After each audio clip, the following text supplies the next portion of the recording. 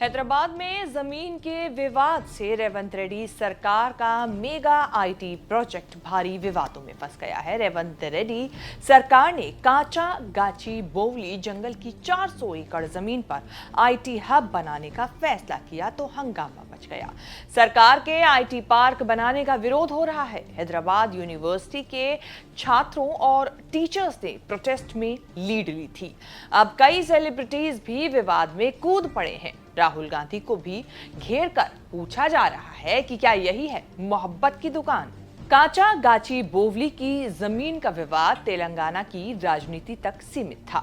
विरोध में छात्रों ने कई दिनों से रेवंत रेड्डी सरकार के खिलाफ मोर्चा खोला हुआ है। बीजेपी बीआरएस भी छात्रों के साथ लड़ाई में कूद पड़ी। सरकार ने विरोध प्रदर्शन कर रहे छात्रों को जबरन हटाया तो और बवाल हो गया। विरोध प्रदर्शनों से भी सरकार पीछे नहीं हटी तो तेलंगाना हाईकोर्ट में याचिकाएं लगी। तेलंगाना हाईकोर्ट ने रेवंत रेड्डी सरकार को बड़ा झटका देते हुए पेड़ काटने समेत चल रहे काम पर स्टे लगवा दिया। द हिंदू की रिपोर्ट के मुताबिक रोक केवल एक दिन के लिए लगाई गई है। आगे हाई कोर्ट डिटेल में सुनवाई कर सकता है। अगली सुनवाई तक सरकार को स्टेटस क्यू मेंटेन करने के लिए कहा गया है। एक्ट्रेस ऋचा चड्ढा का तेलंगाना से कोई डायरेक्ट लेना देना है नहीं, लेकिन वो भी जमीन बचाने की लड़ाई में कूद पड़ी। रेवंत रेड्डी की सरकार के फैसले के लिए राहुल गांधी और उनकी मोहब्बत की दुकान वाले नारे पर निशाना साध दिया। सोशल मीडिया एक्स पर ऋचा चड्ढा ने कांचा गाची बोवली जमीन पर विरोध कर रहे छात्रों को जबरन हटाने का वीडियो शेयर करते हुए राहुल गांधी को टैग करते हुए तंज कसा और लिखा, टू मच मोहब्बत, हैव सम मोहब्बत for nature also. Richa Chadha ने तेलंगाना सीएमओ को भी टैग किया। ऋचा ने जो लिखा उसका हिंदी में मतलब ये है कि हे राहुल गांधी, बहुत मोहब्बत हो गई, कुछ मोहब्बत प्रकृति के लिए भी करो। एक और पोस्ट में ऋचा चड्ढा ने लिखा, काचा गाची बोवली को बचाओ, मुख्यमंत्री को टैग करो, नेतृत्व को टैग करो, जंगल किसी की व्यक्तिगत संपत्ति नहीं है। कई सारे पोस्ट लिखते हुए ऋचा चड्ढा ने साउथ की फिल्मों के बड़े एक्टर्स रामचरण, समंथा रूथ प्रभु, अल्लू अर्जुन से भी अपील की कि उन्हें विरोध प्रदर्शनों में स्टैंड लेना चाहिए। ऋचा चड्ढा से पहले एक्ट्रेस दिया मिर्जा, समंथा रूथ प्रभु, प्रकाश राज ने भी जंगल काटने का विरोध किया और विरोध प्रदर्शनों का समर्थन किया था। काचा गाची बोवली जंगल की जमीन पर पेड़ काटकर आईटी पार्क बनाने का विरोध इसीलिए हो रहा है कि इससे पर्यावरण को नुकसान पहुंचेगा।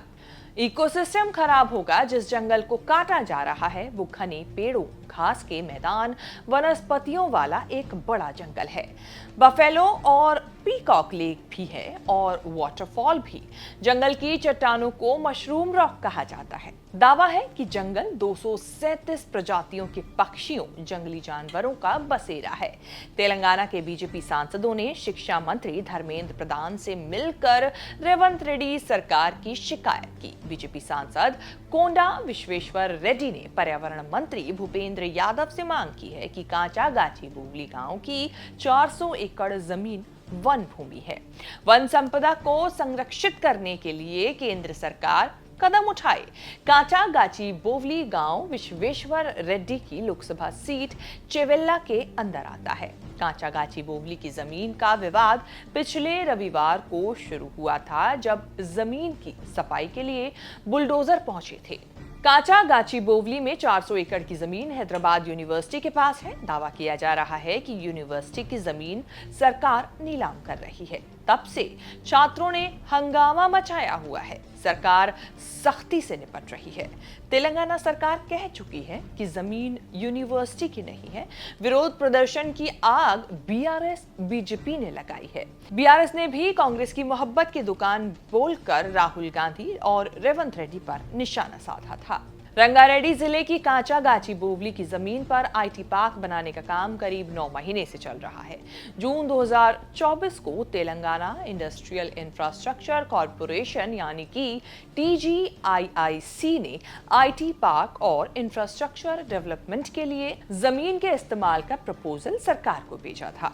रेवंत रेड्डी सरकार ने ओके कर दिया। तेलंगाना के रेवेन्यू डिपार्टमेंट ने जमीन का अधिकार TGIIC को ट्रांसफर कर दिया।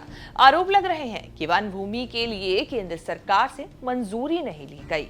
आईटी पार्क के लिए जमीन पर काम शुरू ही हुआ था कि हंगामा शुरू हो गया। जिस जमीन की नीलामी होगी उससे सरकार को 10 से 15 हजार करोड़ का रेवेन्यू मिलने की उम्मीद है। बहुत सारे एक्ट्रेस और एक्टर्स राजनीतिक मामलों को लेकर बोलते रहे हैं। ऋचा चड्ढा एक्टिवली तो ऐसी किसी मुहिम में शामिल नहीं रहती, लेकिन 2022 में उन्होंने बड़ा कांड किया था जब गलवान भारत और चीन के सैनिकों की झड़प को लेकर बीजेपी से पंगा लिया था। ऋचा चड्ढा ने सोशल मीडिया पर पोस्ट लिख दिया था, गलवान हाय बोल रहा है। तब बीजेपी ने ऋचा चड्ढा के खिलाफ बड़ा तांडव मचाया था। बीजेपी नेता राम कदम ने तो यहां तक कह दिया कि ऐसे लोगों की फिल्में पिटवा दो, सब लाइन पर आ जाएंगे। हल्ला मचा तो उन्होंने माफी मांगते हुए कहा था कि सेना के अपमान की मंशा नहीं थी, उनके तो नाना भी फौज में थे। तो फिलहाल शेष भारत में इस पूरे जंगल को लेकर जो विवाद चल रहा है उसको लेकर हमने आपको ये कहानी बताई। उम्मीद है ये रिपोर्ट आपको पसंद आई होगी। इसे लेकर आपकी जो भी राय है आप कमेंट सेक्शन में जाके अपनी बात हमें जरूर बताएं।